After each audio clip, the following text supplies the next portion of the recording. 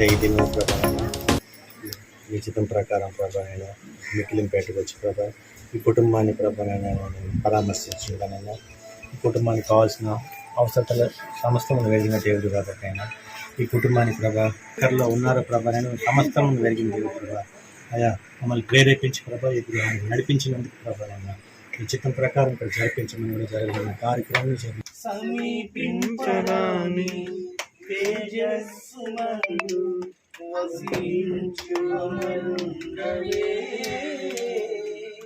శ్రీమంతుడవే సర్వాధిపతివే నీ సర్వము నాకిచ్చితివే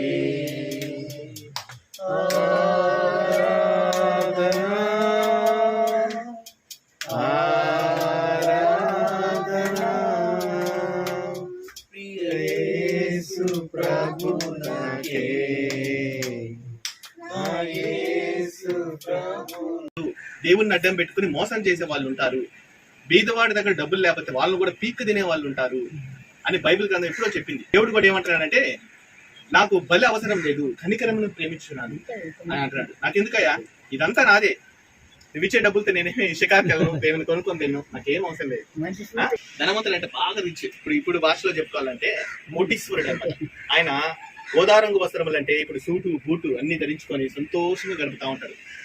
గోదారంగు వస్త్రాలు ధరించుకొని సన్నపు నార బట్టలు వేసుకొని అతను సంతోషంగా గడుపుతున్నాడు.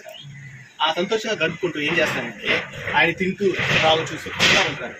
ఆయన ఇక బాల్కనీ ఉంటుంది కదా, ఆ బాల్కనీ నుంచి తింటా ఉంటాడు కదా, అది కింద పడిపోతే ఆ రొట్టె కింద ఒక కురుపులతో దరిద్రుడు అంటే బేదోడు కూడా కాదు, దరిద్రుడు అంటే బట్టలకి తినడానికి కూడా ఉండవు, వాళ్ళు దరిద్రులు అంటారు. అలాంటి దరిద్రుడి కింద కూర్చొని ఆయన పైన ఆ రొట్టె ముక్కను తీసుకొని తింటా ఉన్నాడు. అలా గడుపుతా ఉన్నాడు. కుక్కలు వచ్చి ఆయన కురుపులు నాకుతా ఉన్నాయి.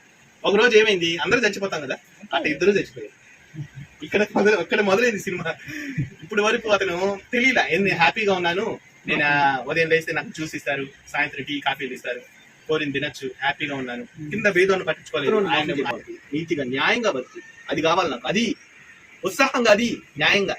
తర్వాత కనికరాన్ని ప్రేమించుటి అంటే ఇప్పుడు వచ్చాము మా పనులు కూడా ఆపుకొని, మిగతా అన్ని ఆపుకొని ఇంత దూరం వచ్చి సాయం చేయడానికి వచ్చాం. అది కనికరాన్ని ప్రేమించడం. అని కనికరం ప్రేమించడం, దీన మనసు కలిగి అంటే నిన్ను నువ్వు తగ్గించుకొని, ఈ లోకంలో నేను బతుకున్నట్టు నా వల్ల కాదు, దేవుడి దేవుళ్ళ బతుకున్నాను, తగ్గించుకొని ఎవరు ఉంటారు. అదే నేను అడిగేది మీ దగ్గర నుంచి అంటారు. దేవునికి డబ్బులు అవసరమా అని, అవసరం లేదు అన్నారు. కానీ ఎందుకు తీసుకురమ్మన్నాడు? అవసరం లేనప్పుడు తన మంది మహోన్నతమైన పరిశుద్ధ స్థలములో నివసించు వాడనైనను, పరిశుద్ధ స్థలం అంటే పరలోకం.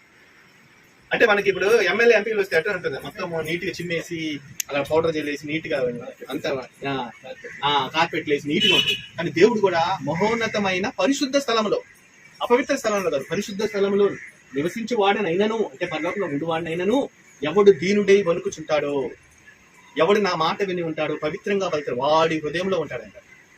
వాడి దండేసి దండం పెట్టాలి. ఆలయంలో ఉండను అన్నాడు, మళ్ళీ ఎక్కడ ఉంటా అంటున్నాడు, ఎవడు దీనుడై వణుకుచుంటాడు, ఎవడు పవిత్రంగా బతుకుతాడు, న్యాయంగా బతుకుతాడు, ఇతరుల ఏళ్ల కనికరం చూపుతాడు, వాడి హృదయంలో ఉంటాను నేను అన్నాడు. ఏంది? మహోన్నతమైన పరలోకంలో ఉండే దేవుడు. అందుకని ఆ దేవుడు ఏం చెప్పాడంటే, మీ దగ్గర నుంచి ఏం ఆశించదు దేవుడు, మీ దగ్గర నుంచి ఆశించేది ఆయన కనికరమును చూపండి, ప్రేమను చూపండి, నిన్ను వలె నీ పొరుగు వాళ్ళని ప్రేమించండి, నీతిగా బతకండి, పవిత్రంగా బతకండి అని చెప్పాలి.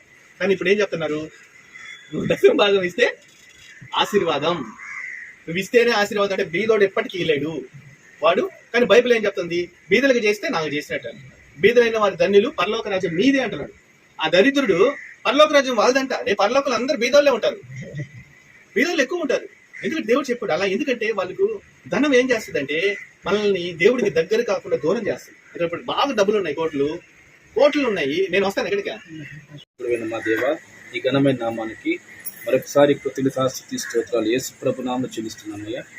ఆ ప్రభా, నీ దాసు చేత, నీ వాక్యం చేత మీరు మాట్లాడారు ఆయన తండ్రి.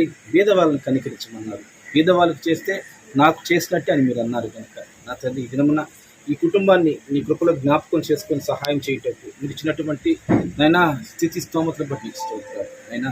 ఈ బిడ్డలను ప్రభా తండ్రి జ్ఞాపకం చేసుకోండి. ఇక్కడికి వచ్చిన ప్రతి ఒక్కరిని జ్ఞాపకం చేసుకోండి. వారు కూడా వాక్యం విన్నారు కనుక అయినా వారు కూడా ప్రభా తండ్రి, నా తండ్రి ఈ ప్రేమను మీరేమి చెప్తున్నారో నీ మాటలను హృదయంలో అంగీకరించి సురక్షితంగా నేను స్వీకరించే తండ్రి